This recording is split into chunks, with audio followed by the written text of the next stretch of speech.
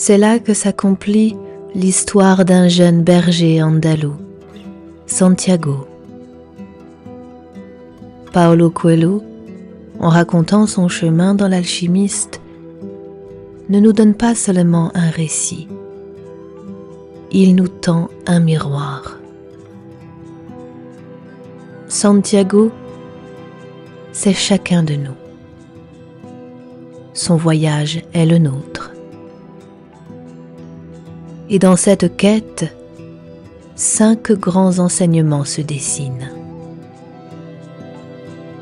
Il parle de l'appel intérieur, des signes du monde, des épreuves, de l'amour et du trésor qui se cache au commencement. Premier enseignement, la légende personnelle. Tout commence par un rêve. Santiago rêve d'un trésor au pied des pyramides d'Égypte. Un rêve pourrait sembler futile, passager, sans importance. Mais celui-ci insiste, et Santiago ose l'écouter. C'est le premier grand enseignement. Chacun de nous porte en lui une légende personnelle, un appel unique, une vocation intime, inscrite au plus profond de notre être. Cet appel se manifeste souvent par un désir persistant, une aspiration qui nous hante, une passion qui nous fait vibrer. Mais trop souvent, nous l'étouffons. Nous choisissons la sécurité, la répétition des jours, la vie déjà tracée.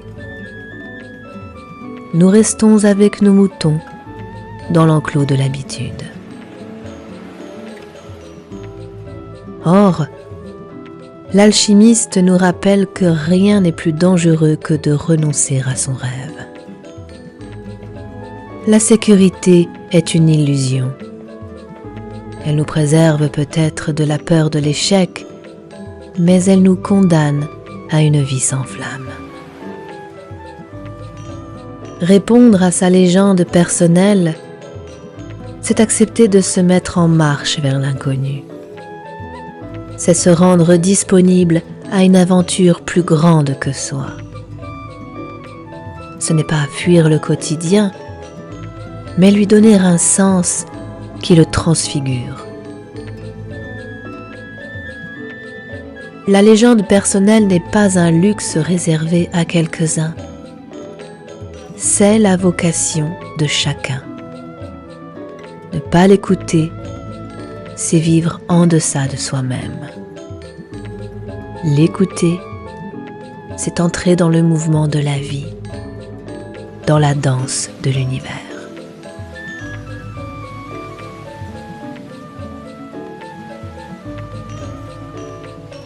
Deuxième enseignement, lire les signes. Santiago, en quittant son enclos, découvre un autre langage, celui du monde lui-même. Melchisédek, le roi de Salem, lui remet 2 pierres divinatoires, Urim et Thummim, et lui enseigne que l'univers est tissé de signes. Chaque événement, chaque rencontre, chaque détour est porteur de sens. Encore faut-il apprendre à les lire. Le second enseignement de l'alchimiste est que la vie n'est pas un hasard chaotique, mais un texte à déchiffrer.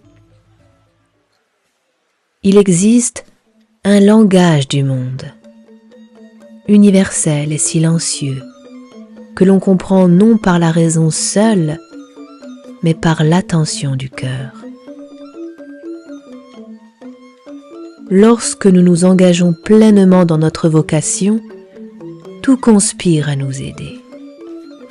Ce n'est pas que le monde se plie à notre volonté, mais plutôt que nous commençons à percevoir son mouvement secret et à marcher dans son courant. Ce que d'autres appellent hasard, chance ou coïncidence devient alors un fil conducteur. Lire les signes suppose une disponibilité rare. Il faut ralentir, cesser de se laisser absorber par ses propres peurs, apprendre à observer. Un mot entendu par hasard, une rencontre imprévue, un obstacle soudain. Tout cela peut devenir un enseignement si nous savons l'accueillir. Ainsi, le monde extérieur n'est plus séparé de notre quête intérieure. Tout est relié. Et dans cette reliance, nous découvrons que nous ne sommes jamais seuls sur le chemin.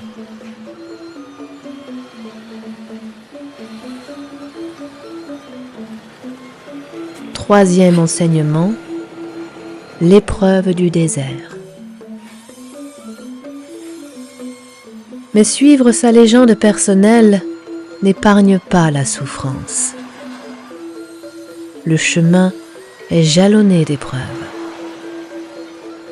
Santiago connaît la perte, la trahison, la solitude. Il est dépouillé, obligé de travailler des années pour un marchand de cristaux avant de pouvoir reprendre sa route. Puis vient la traversée du désert. Immensité sans repère, silence écrasant, nudité absolue. Le désert symbolise les moments de notre vie où tout semble se retirer, où l'on se sent seul, démuni, abandonné, où les certitudes disparaissent et où l'on ne peut plus compter que sur sa foi. Mais c'est justement dans cette nudité que se révèle l'essentiel. Le désert ne donne rien sans dépouiller d'abord. Il enlève nos illusions, nos attachements, nos fausses sécurités. Et dans ce dépouillement, il nous rend à nous-mêmes. Dans le désert, Santiago apprend à se transformer. Il apprend à écouter le langage du vent, du soleil, du sable. Il comprend que la véritable force n'est pas dans la résistance, mais dans l'accord avec ce qui le dépasse. Il découvre que la vie elle-même est une alchimie. Un passage de la lourdeur du plomb à la clarté de l'or. Ainsi, la troisième leçon de l'alchimiste est que l'épreuve est nécessaire.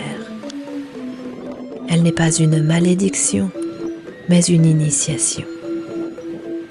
Ce qui semblait nous briser devient ce qui nous construit. Ce qui nous dépouille devient ce qui nous libère. Sans le désert, il n'y a pas de maturation.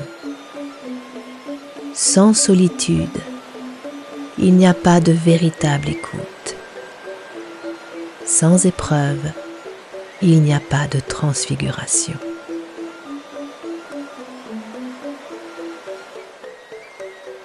Quatrième enseignement, l'amour et la liberté.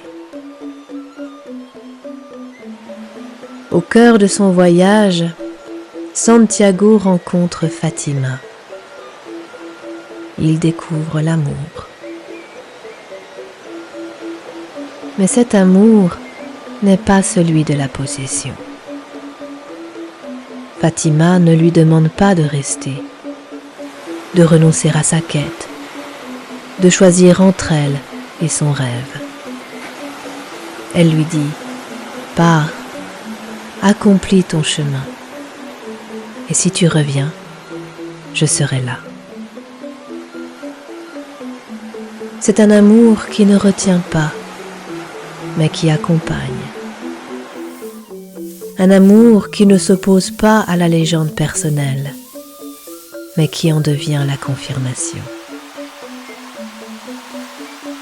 Combien de fois croyons-nous aimer alors que nous cherchons à posséder? Combien de fois confondons-nous amour et attachement, amour et peur de perdre? La leçon de l'alchimiste est lumineuse. Le véritable amour est liberté. Il n'empêche pas le voyage. Il le soutient. Il n'entrave pas le rêve. Il l'encourage. Il ne dit pas « Reste avec moi », mais « Va et deviens toi-même. Je t'attendrai. » Ainsi, l'amour véritable ne s'oppose jamais à la vocation. Il est patience, confiance, fidélité. Il sait que ce qui est vrai ne se perd pas.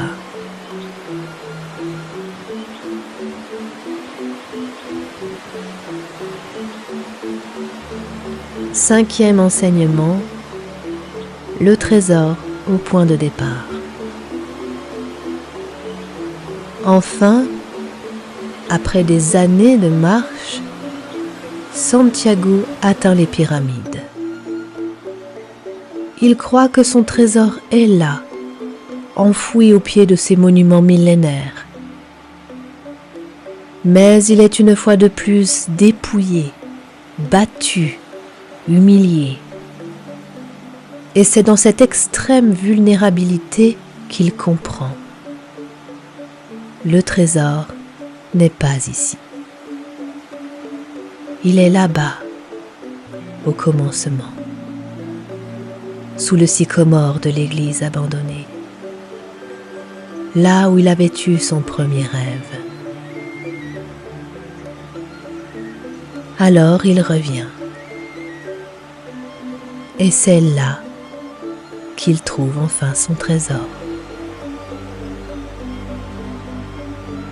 La dernière leçon de l'alchimiste est bouleversante. Nous passons notre vie à chercher au loin ce qui est déjà là. Nous croyons devoir franchir des océans pour trouver ce qui, en réalité, nous attend au point de départ.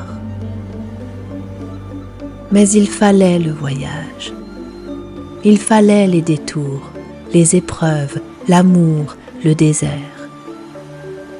Il fallait tout cela pour que notre regard change.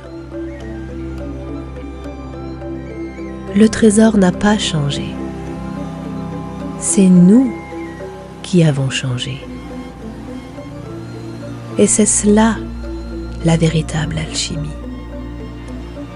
Transformer le regard. L'or n'est pas au-dedans. Il est dans les yeux qui savent enfin voir. Le trésor n'est pas à conquérir. Il est à reconnaître.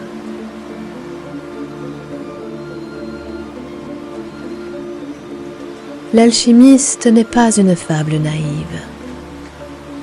C'est une parabole de l'existence humaine. Il nous enseigne que la vie nous appelle chacun à suivre notre légende personnelle, que le monde nous parle par signes, que les épreuves nous dépouillent pour nous révéler, que l'amour véritable est liberté et que le trésor le plus précieux se trouve souvent là où nous avions commencé.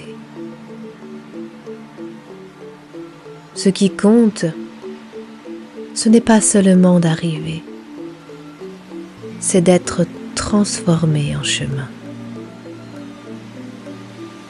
Au terme du voyage, il ne reste plus que cela. Un cœur qui a appris à écouter. Un regard capable de voir. Une vie devenue plus vraie.